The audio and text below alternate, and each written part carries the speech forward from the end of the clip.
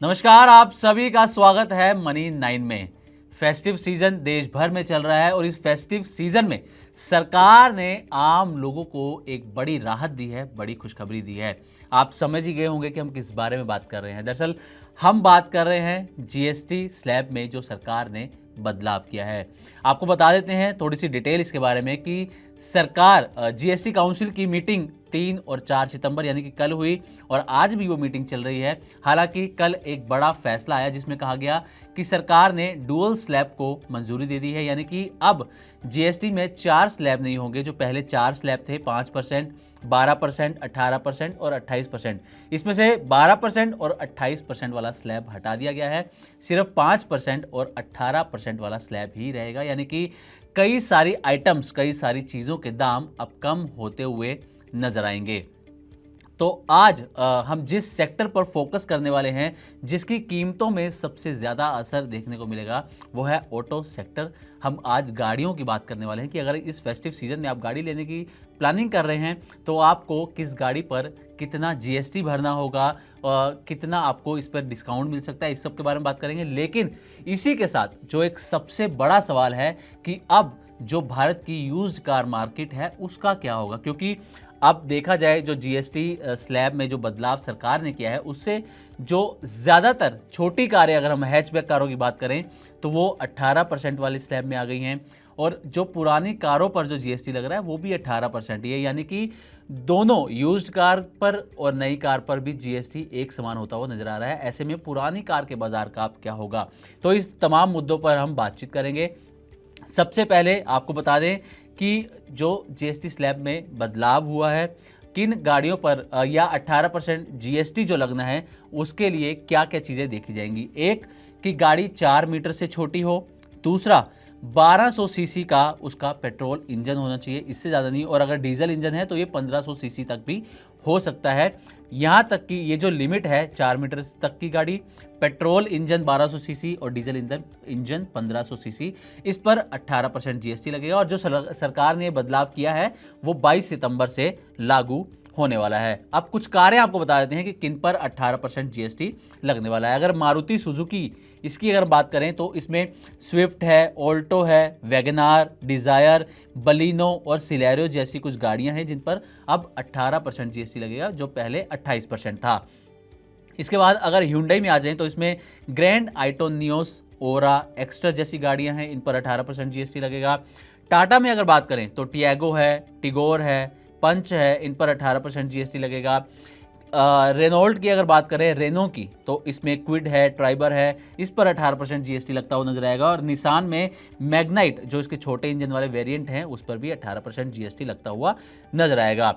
अब कुछ गाड़ियां हैं जिन पर 40% जीएसटी लगेगा। वो कौन सी गाड़ियां हैं ये भी आपको बताते हैं। ये बड़ी गाड़ियां हैं, एसयूवी सेगमेंट की गाड़ियां हैं, सिडान भी हैं, जिनका जो इंजन कैपेसिटी है, जो 4 मीटर से एक तो बड़ी हैं, जो इंजन कैपेसिटी है पेट्रोल में वो 1200 सीसी से ज़्यादा है और डीजल जो है वो 1500 सीसी से ज़्यादा है।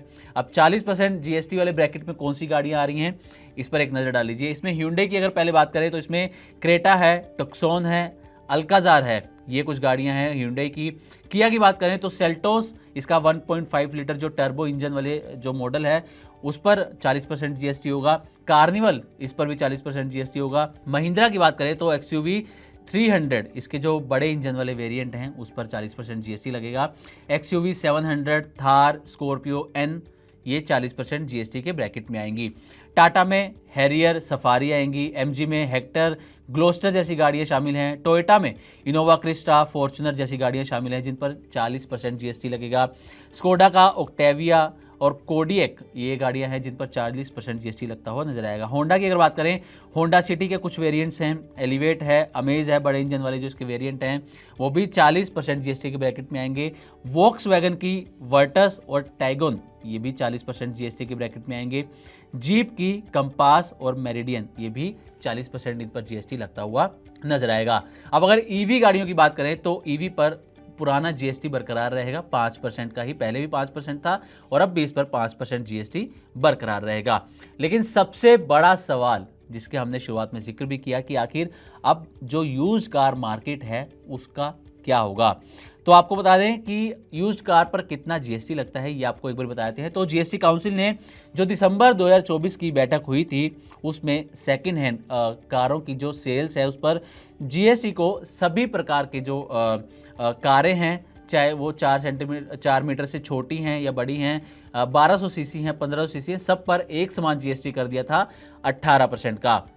इससे पहले ये जो जीएसटी है वो 5% से लेके 28% तक लगता था, लेकिन दिसंबर 2024 की बैठक में इसको एक समान 18% कर दिया था।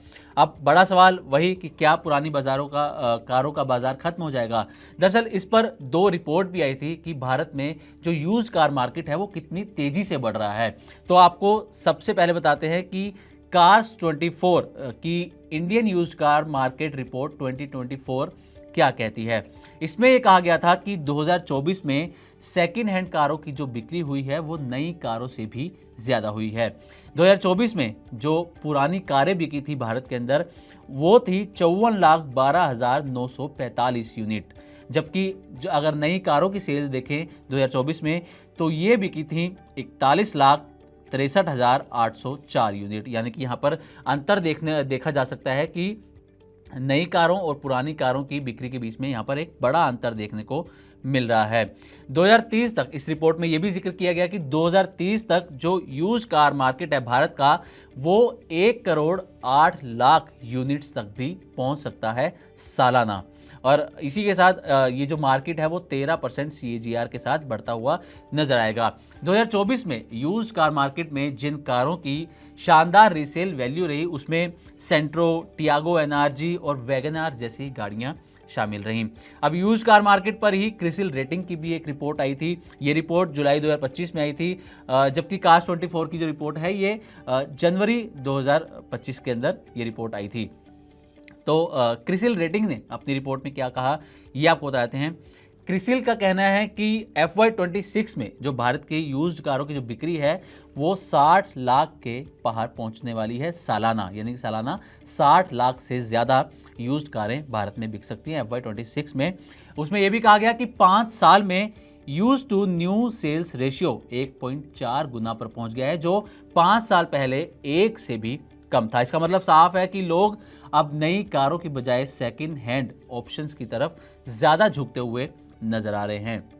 क्रिसिल ने यह भी कहा कि FY26 में इस सेक्टर की ग्रोथ यानी कि यूज्ड कार मार्केट की जो ग्रोथ है वो 8 से 10% तक होने की उम्मीद है और प्री ओन्ड वाहनों का जो मार्केट कैप है वो 4 लाख करोड़ के आसपास का है, जो कि नए कारों के मार्केट कैप के बराबर ही है। तो यहाँ पर मार्केट कैप भी बराबर होता हुआ नजर आया और अब जो जीएसटी बदलाव हुए हैं उसके बाद जीएसटी भी अब एक समान होता हुआ नजर आ रहा है। पहले आपको बताते हैं कि पुरानी कारों की सेल्स बढ़ने के पीछे क्या बड़े कारण बताए गए थे कार्स 24 की रिपोर्ट में। इसमें 3 बड़े कारण बताए गए थे। एक तो ये कि नई और पुरानी कारों की कीमतों में एक बढ़ता हुआ अंतर नजर आ रहा था। एक यूज्ड कार की जो कीमत है वो नई कार की कीमत के मुकाबले लगभग आधी हो जाती है, इसलिए लोगों को आधे रेट में गाड़ी मिल जाती है। हालांकि उसमें जो साल हैं चलाने के लिए, जैसे कि 15 साल या 10 साल, वो उसमें थोड़े से कम हो जाते हैं।